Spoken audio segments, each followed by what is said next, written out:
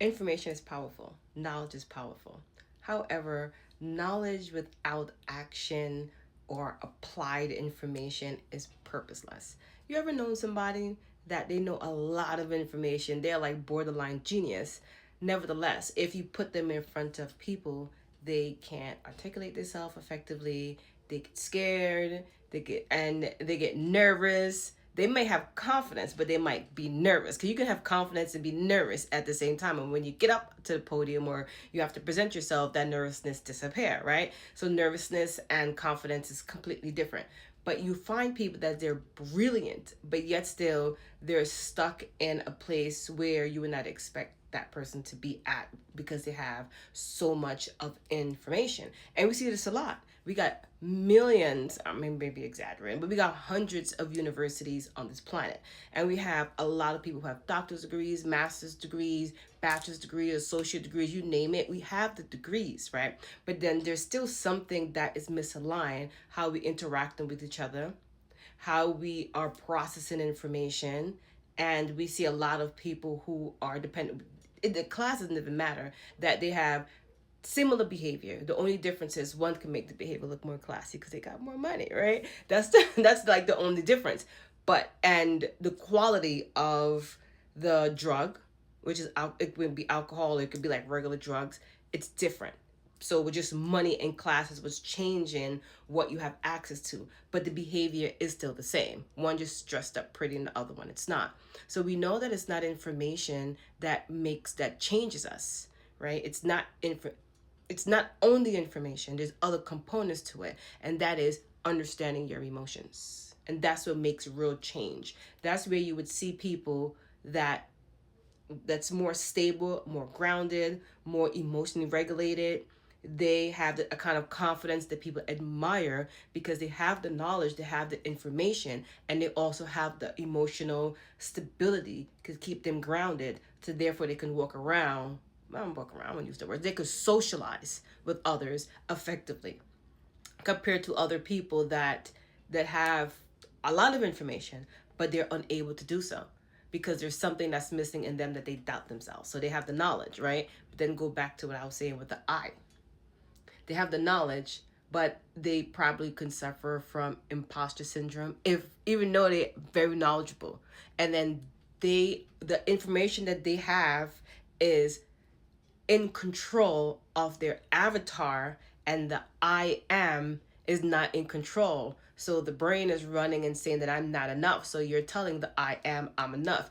Even though the I am, the true self, knows that you're enough. That's why the true self made you go get all that information. But then you have to understand the repetitiveness of the brain, and how culture is able to make you feel that you're not worthy enough, based on socioeconomic position, based on race, prejudice, education. There's like so many lists of things, and then of course social engineering, because the social engineering do also exist. So then now you're gonna learn helplessness or arrested development. And arrested development, yes, if I'm saying that from your young child, but it could be arrested development in a sense of cognition, right? So you can't pass, even though you have a lot of information and a lot of knowledge inside of your head, it's arrested in your head. So you continue collecting, but it doesn't come out of the bars, right? Like the thoughts become like your whole brain becomes like a prisoner. But the self can't access it because you are not in tune with the self. So there's a disconnect between the two. And that is why you see a lot of people who have a lot of information, but yet still they can't step out into the world and express themselves and do the things they truly want to do, is because they're locked in the mind or the brain and the self, and they're telling themselves they're not really good enough, and probably have imposter syndrome. So in order to fix that, because I'm giving you guys a problem, and in order to fix that, you have to understand how the mind works, or how the brain works. The brain does patterns. It loves patterns, and the patterns feel like safety. And you hear this all the time. People be like, well, that's how I am.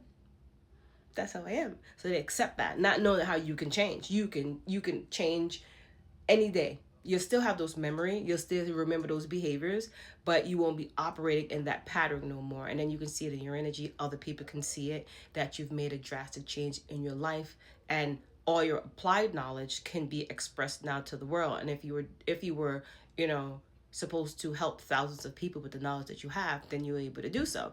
And I guess I can say that from experience, because doing 2 decades of independent studies, and I mean hardcore studies, like I'm studying, you know, for an example, let's say Candace Perk. She's one of the scientists that discovered the opiate receptors. Like I'm like in science, right? I'm Rosalind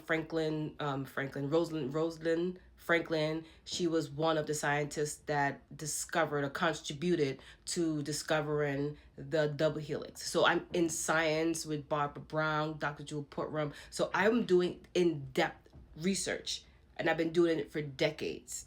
Nevertheless, I was in a prison in my own brain that didn't give me the ability to articulate myself and provide the information that I know that can help people. Now that I've learned how to navigate out of the brain and put myself into the I am. Now the I am is running the show, right? The I am is the one who is coming to people, and I'm talking to you from my spirit. Me, Calvina, is talking to you, not the brain, not memory, but Calvina is talking to you. Of course, I'm going to retrieve memory and able to articulate myself because I need information to talk. But then I understand that my information that I have, it is my tool. So I can articulate myself. It's also my tool so I can interpret my environment. It's also my tool for safety. It's also my tool for mating, to choose a right partner. Now, because that's a whole different story, right? So once you come to a place of cognitive, or I don't know, I called it arrestive development with collecting information. Maybe it was a wrong choice of words, but in a sense, it's like you're collecting information, right?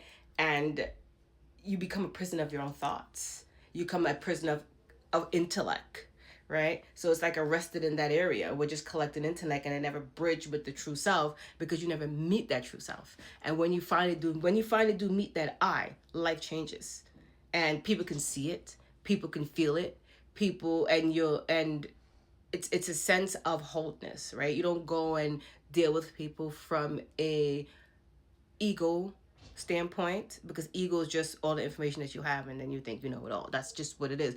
You're able to distinguish between the two. Like, this is just the knowledge and information, the tools that I have, right? And the information, the tools that that person have, that's what that person have. That's where they decide to invest their time, their time. Maybe they didn't know how, they didn't know better to get information anywhere else. Maybe didn't have no guidance, maybe didn't have a mentor, maybe it wasn't in the right environment. As many factors can say why a person stays in a certain timeline, right? And it's important to get information, but yet still bridge that with the self. So therefore, the self can use the tools that it needs to navigate this world and accomplish whatever mission you as a spirit is here to accomplish.